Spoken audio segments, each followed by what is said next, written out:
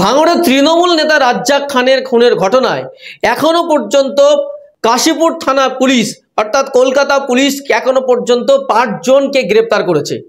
এই 5 জন যাদেরকে গ্রেপ্তার করা হয়েছে, এই 5 জনেই প্রত্যেকে তৃণমূল কংগ্রেসের কর্মী এবং সমর্থক এবং নেতা।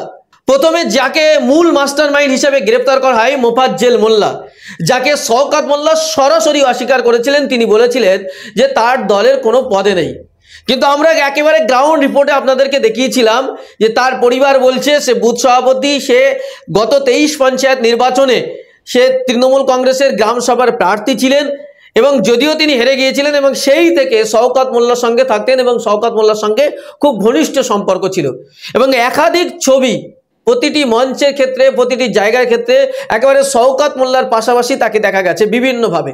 সেই মোফাজ্জেল মোল্লা সহ আরও পরের দিন আরও 3 জনকে গ্রেপ্তার করা হয়।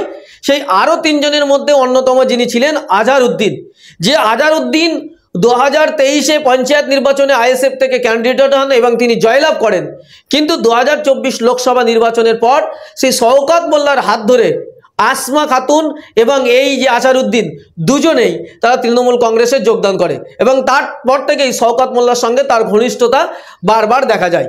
সেই আজহার উদ্দিন সহ আরও একজন গ্রেপ্তার হন যে রাজু মোল্লা নামে, যে একসময় বিজেপি কর্মী ছিল।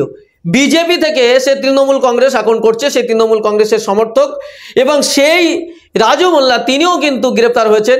এছাড়াও জাহান আলী মোল্লা তিনি কিন্তু গ্রেপ্তার হয়েছেন এবং এই ঘটনায় আমরা সর্বশেষ যাকে গ্রেপ্তার হতে দেখেছি গতকাল রাতে রফিকুল খানকে গ্রেপ্তার করেছে, যে রফিকুল খান হচ্ছে রাজ্জাক খানের একেবারে তার পড়শি, তার বাড়ির পাশেই তার বাড়ি। সেই রাজ্জাক খান কিন্তু এই ঘটনায় 5ম অভিযুক্ত হিসাবে গ্রেপ্তার হয়েছেন। অর্থাৎ এই যে রাজ্জাক খানের সঙ্গে পারিবারিক একটা জমি বিবাদ ছিল রাজ্জাক খানের সঙ্গে রফিকুল খানের, এই ঘটনা সামনে আসছে। কিন্তু এই যে বাকি যে 4 জন তারা কিন্তু পলিটিক্যালি বাজার দখল, জায়গা দখলকে কেন্দ্র করে, বিশেষ করে কয়েকদিন আগে যে ভাঙড় বিজয়গঞ্জ বাজার যে কমিটি, সেই কমিটির অন্যতম হোতা হয়েছিলেন রাজ্জাক খান এবং সেইটা তাদের রাজনৈতিক শত্রুতা ছিল এবং বিভিন্ন মহল থেকে যে শত্রু উঠে এসেছে সেখানে জমি দখল, জায়গা দখলের যেমন লড়াই রয়েছে, তারপরে ভাঙড় যে নতুন ব্রিজ, ভাঙড় বিজয়গঞ্জ বাজার থেকে এপার থেকে ওপারে যাবার যে নতুন ব্রিজ, সেই ব্রিজ যে কংক্রিট ব্রিজ হবে এবং সেখানে যে সংস্কারের কাজ চলবে, সেখানে যে খালপাড়ে যে দোকান ভাগাভাগি, সেই নিয়ে কিন্তু এই যে ঘটনা 2 গোষ্ঠীর মধ্যে যে সূত্রপাত হয়েছিল। যদিও একেবারে মোফাজ্জেল মোল্লার বাড়ির লোকজন দাবি করেছেন যে রাজ্জাক খানের সঙ্গে একসঙ্গে তারা কাজ করতেন, একসঙ্গে ঘোরাফেরা করতেন এবং এই যে ক্ষেত্রে এখনো পর্যন্ত আমরা যে দেখতে পাচ্ছি যে এই যে 5 জন গ্রেপ্তার হয়েছেন, 5 জনের মধ্যে 4 জনেই কিন্তু তৃণমূলের লোকজন, তৃণমূলের নেতা, তৃণমূলের কর্মী, তৃণমূলের সমর্থক বর্তমানে তারা। এবং এই যে সর্বশেষ যাকে গ্রেপ্তার করা হয়েছে তিনি কিন্তু এই রাজ্জাক খানেরই বাড়ির আশপাশেরই লোক, তার প্রতিবেশী, তারই পাড়ারই লোক। সে তার সঙ্গে জমি বিবাদের কিন্তু একেবারে সম্পর্ক রয়েছে সেখানে, সেই থেকেই কিন্তু তার সঙ্গে শত্রুতা হয়ে ওঠে। তো তারা 5 জন মিলে এবং এর পিছনে আরও কে আছে সেই খোঁজ তো পুলিশ একেবারে করছে। কিন্তু আমরা দেখেছিলাম যে গত 2 দিন আগে ভাঙড়ে যিনি ঢুকেছিলেন যাদবপুরের সাংসদ সায়নী ঘোষ, তিনি বলছেন মাস্টার মাইন্ডকে ধরলে হবে না, এর পিছনে কে যারা কাজ করতে বলেছে, যারা, তিনি একটা ডায়লগ দিয়েই বলেছিলেন যে পাগলের হাতে আগুন জ্বালানোর যে দেশলাইটা দিয়েছেন তাকেও খুঁজে বের করতে হবে। তবে সূত্র মারফত কিন্তু খুঁজে পাওয়া যাচ্ছে যে এই যে কাজ করতে যারা উৎসাহী করেছিলেন তারাও তৃণমূলের বড় কোনো নেতা কেনা, সেই নিয়ে কিন্তু প্রশ্ন উঠছে।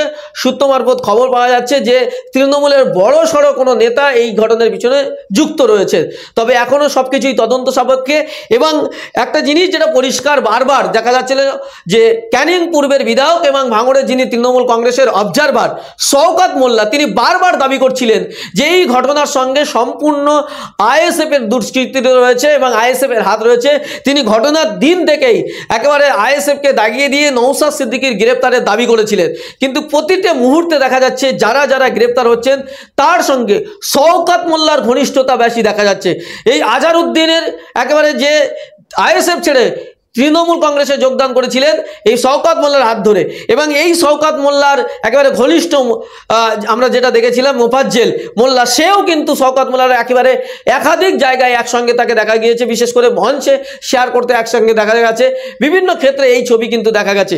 ফলে এই প্রশ্নটা উঠছে যে শওকত মোল্লা আইএসএফকে বারবার দোষারোপ করলেও দেখা যাচ্ছে যে ঘুরে ফিরে সেই শওকত মোল্লার দিকেই কিন্তু আঙুল উঠছে এবং তারই ঘনিষ্ঠরা বারবার গ্রেপ্তার হচ্ছে বলে সেই প্রশ্ন উঠছে।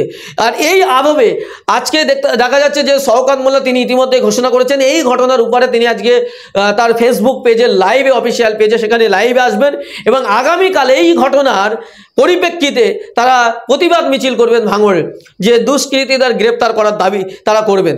এবং একটা বিষয় যেটা দেখা যাচ্ছে বারবার যে শওকত মোল্লা তিনি বারবার যে দাবিটা করছেন যে আইএসএফ এর ওপারে যে চাপিয়ে দেওয়ার চেষ্টা করছেন, বরাবরই কিন্তু নওশাদ সিদ্দিকী আইএসএফ এর বিধায়ক তিনি কিন্তু সমস্ত দায় অস্বীকার করে তৃণমূলের গোষ্ঠীদ্বন্দ্বের দিকেই ঠেলে দিয়েছেন।